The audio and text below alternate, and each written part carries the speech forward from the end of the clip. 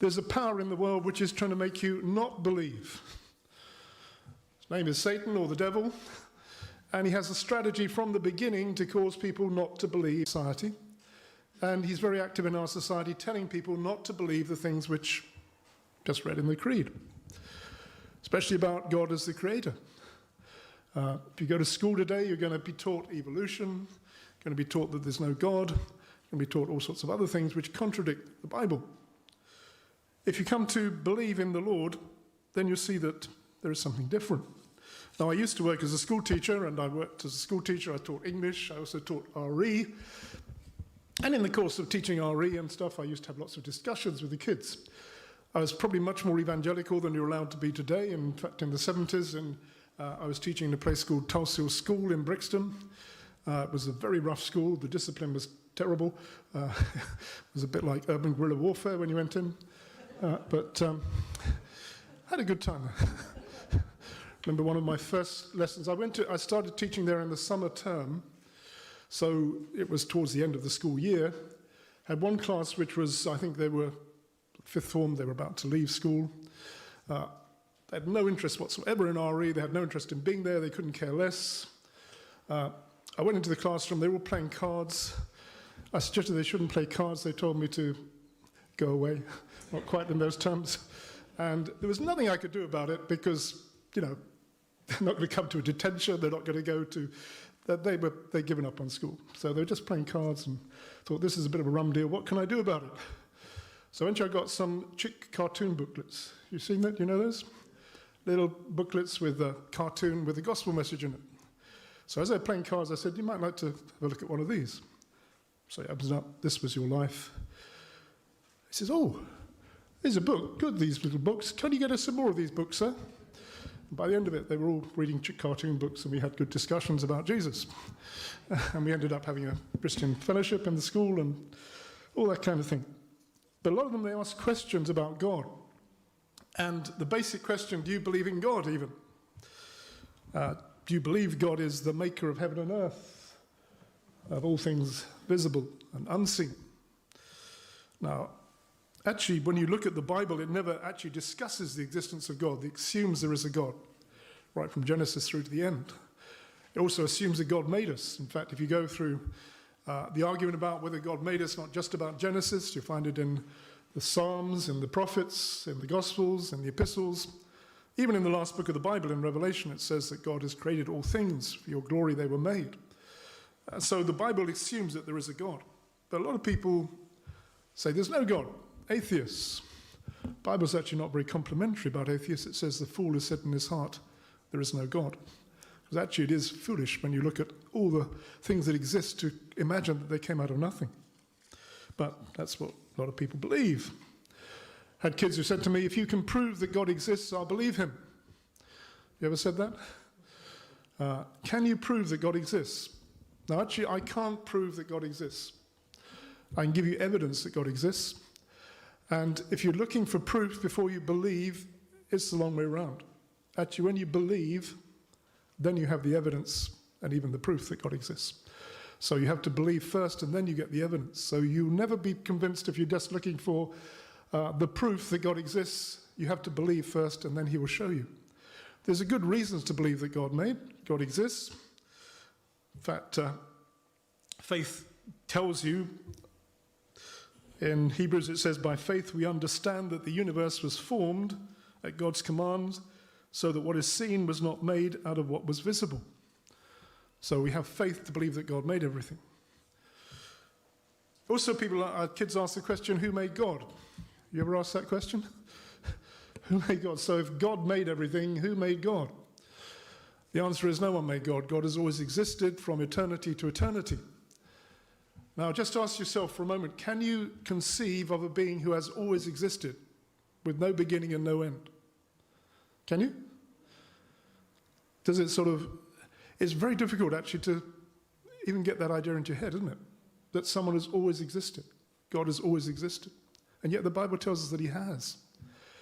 Because we are what we call finite, we think in terms of time and space.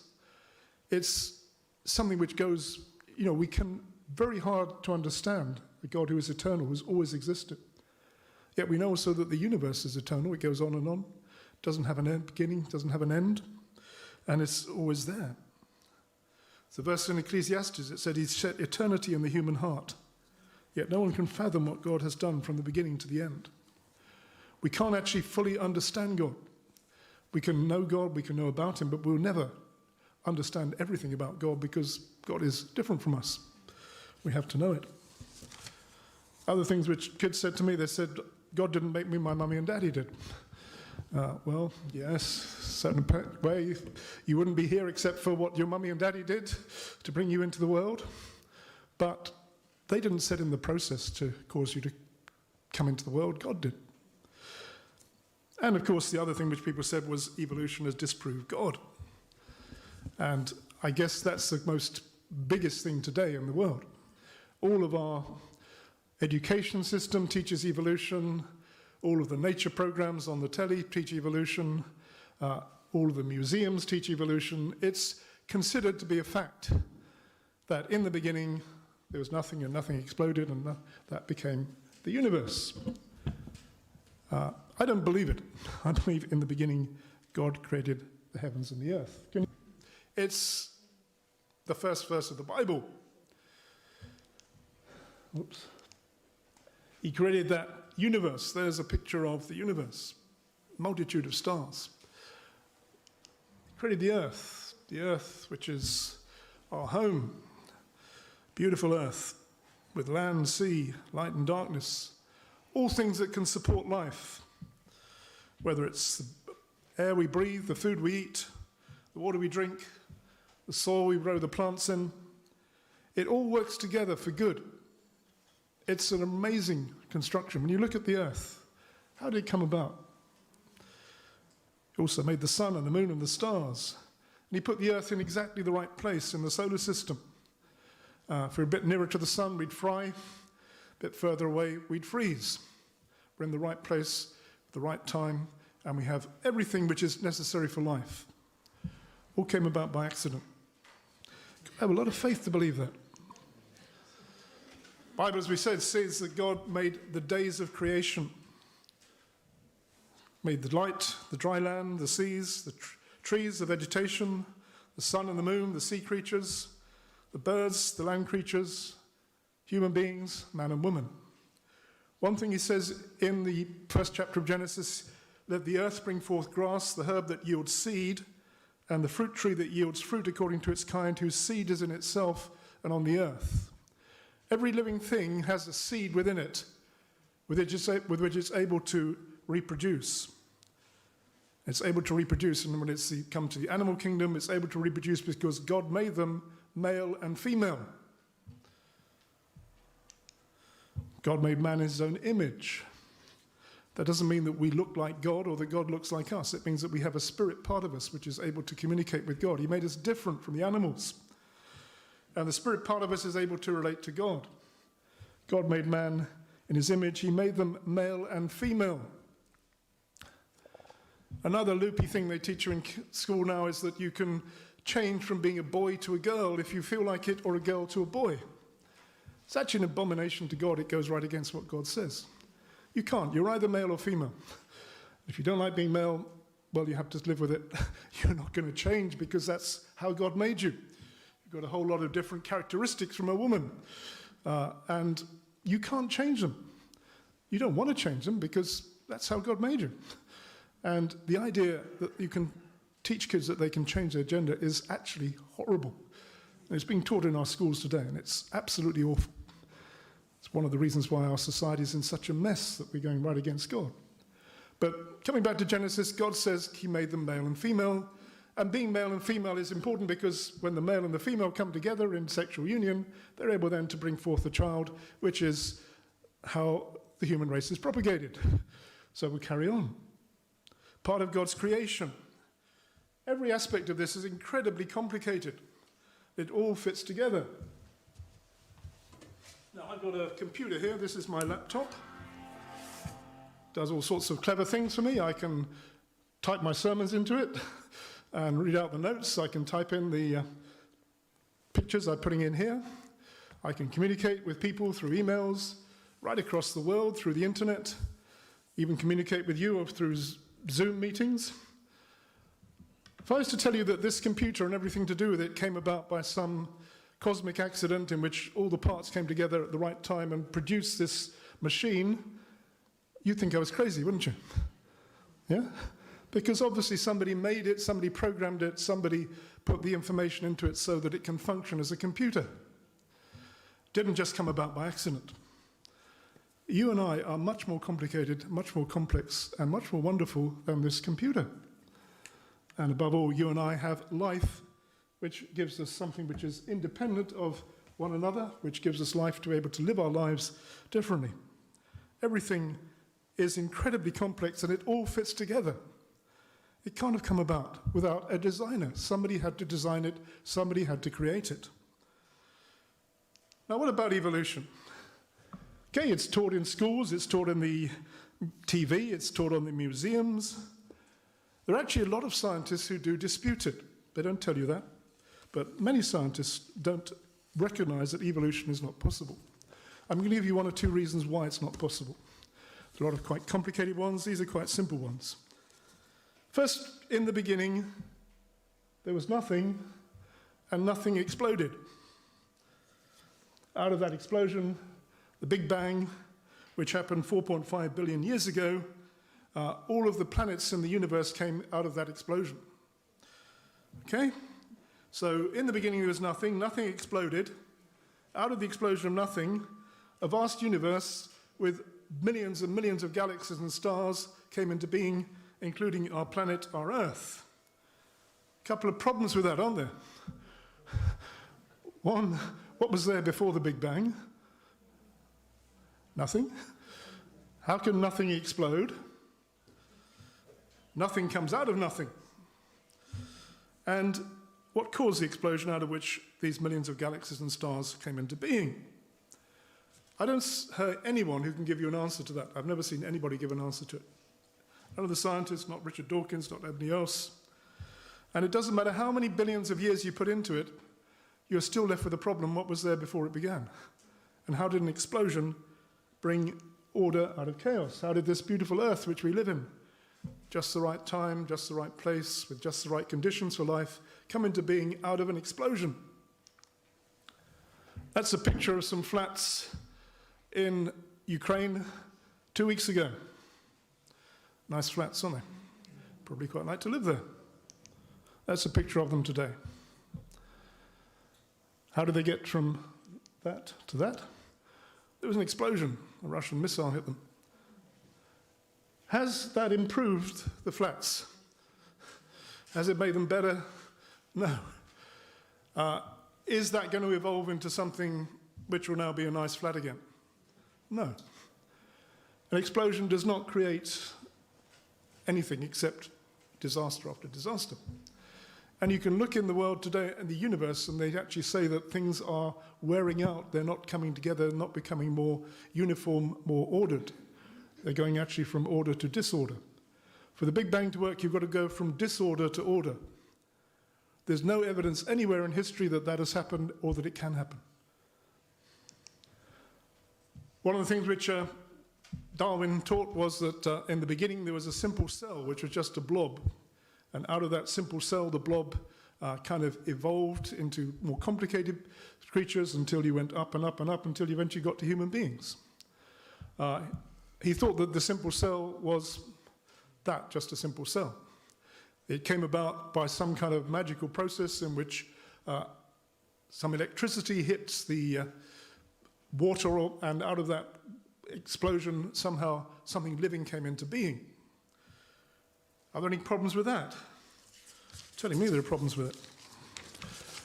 One of the big problems is that there are no simple cells.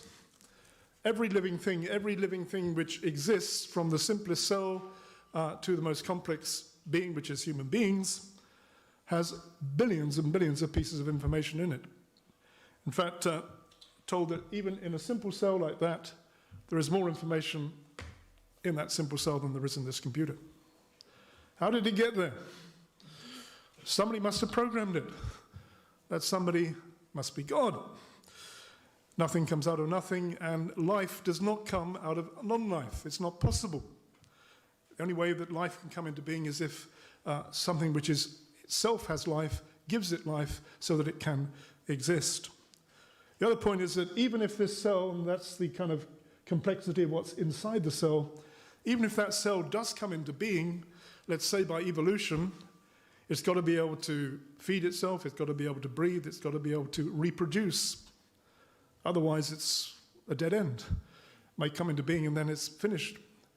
So unless it has all of those qualities, it's a waste of time actually coming into being. One of the interesting things in Genesis, it says that every living creature has its seed within it. And if you look at every living creature, whether it's the vegetation or it's the animal kingdom, it all has a seed within it. So you might like eating peas, but the peas are actually the seed inside the pea pod, which is going to produce the next plant. Every living creature has got some kind of seed within it. The potato is actually a seed. You can plant it and then another potato will grow. And you come to the animal kingdom, all animals, all creatures have a seed within it with which they're able to reproduce. And according to the Bible, each creature reproduces after its own kind. So cats give birth to cats, dogs give birth to dogs, humans give birth to humans, apes give birth to apes, etc. You have varieties of species, like variations within the species, so you've got different kinds of dogs. You've got humans with different skin colors, but they're all humans. There are variations, but they're all of the same genetic format. And apes cannot mate with humans, cats cannot mate with dogs. They're different. Every species reproduces after its own kind. Probably familiar with the ape to man image, which is in the textbooks and in the museums, which is shown to the progress from the ape walking down to the man walking upwards. A lot of scientists are now saying that this is not true. It can't have happened this way. And that there are qualitative differences between apes and humans which are so vast that it's clear that there is no connection actually between them in their coming into being. It's disputed by human beings, by scientists. Also, you have an issue which is called, that says man made in the image of God, of course, which we believe. You have an issue which is called irreducible complexity. What does that mean? That means that there is a complexity about everything which is made, which if you remove it, that creature no longer has any possibility of life.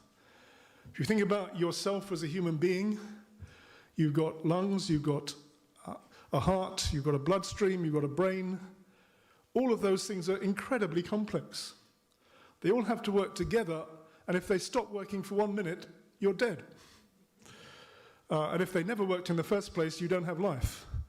So for evolution to be true, all of these things have got to come together and to be working together in order for the creature to have life, which is impossible because they're incredibly complicated. Darwin actually once said that the human eye is so complex that it could not have possibly have come into being by itself. It had to be designed. So Darwin recognized that there was a complexity in the human eye. Richard Dawkins actually said that over 50,000 generations a perfectly formed fish eye could have formed. Richard Dawkins, of course, atheist evolutionist. He didn't explain how for 50,000 generations the fish swam around with no eyes and couldn't see, which is another problem. And I don't even believe that the fish could evolve an eye, it had to be designed. But the problem is that with evolution is that if things are becoming more and more complex, they've got to become complex so that the creature can live, and if it doesn't live, then it doesn't live. It's as simple as that. Everything is incredibly complex. That's a picture of the ear. You've got all sorts of little tiny bits in here. If these don't function together, you can't hear. I once had an ear test, and I went into the receptionist had this diagram on the wall, and I said, that proves to you that there's a God, because that could not have come into being by accident, it had to come into being by God. She turned out to be a Muslim, and she actually agreed with me. But it sort of led into a conversation. But the fact is that everything inside of you is incredibly complicated and fine-tuned. You've got all these little bits which have to hang together. How could they have come about by a process of evolution? It's not possible. And this is the biggest one of all. Pregnancy, giving birth, sexual reproduction. For sexual reproduction to work, there has to be a man and a woman, male and a female. You understand that, yeah? The male has to be attracted to the female, and the female has to be attracted to the man, and they have to have sexual intercourse. The seed in the man goes into the woman and fertilizes the ovary inside the woman. Out of that seed fertilizing the ovary, the child develops in the womb. Baby develops over 9 months, you know all this stuff, as a cord which connects it to the mother, so it's fed by the mother. And after 9 months, the baby comes out and is born, and then feeds on the mother's milk. Can you tell me how that could have happened by accident, by evolution? You had to have the male and the female to start with, and they had to come together, and they had to have this incredibly complex procedure in order to come to live. It's not possible. It can only come about through God. And evolution says that these things happened over millions of years. The problem with reproduction is if it doesn't work the first time, how many millions of years have they got? None. If it doesn't work the first time, the species is dead. It has to work the first time. Which means that Genesis, which tells you that God made all the creatures, including humans, with the ability to reproduce after their own kind, is the best explanation about how we come to be here. You agree? Absolutely. If not, have a chat with me afterwards. Therefore, in my opinion, evolution actually is an act of faith, which you have to believe, and it's something which, in my opinion, is impossible. Not just improbable, it's impossible. Dawkins actually wrote a book called Climbing Mount Improbable. Should have written a book called Climbing Mount Impossible. And it becomes a basis for atheism. It's interesting that Richard Dawkins, I've got a quote from Richard Dawkins here. He says, "I think when you consider the beauty of the world, you wonder how it came to be what it is, you're naturally overwhelmed with a feeling of awe, feeling of admiration. You almost feel a desire to worship something. It's tempting to translate that feeling of awe and worship into a desire to worship some particular thing, a person, an agent. You want to attribute it to a maker, to a creator." Hey, you're right.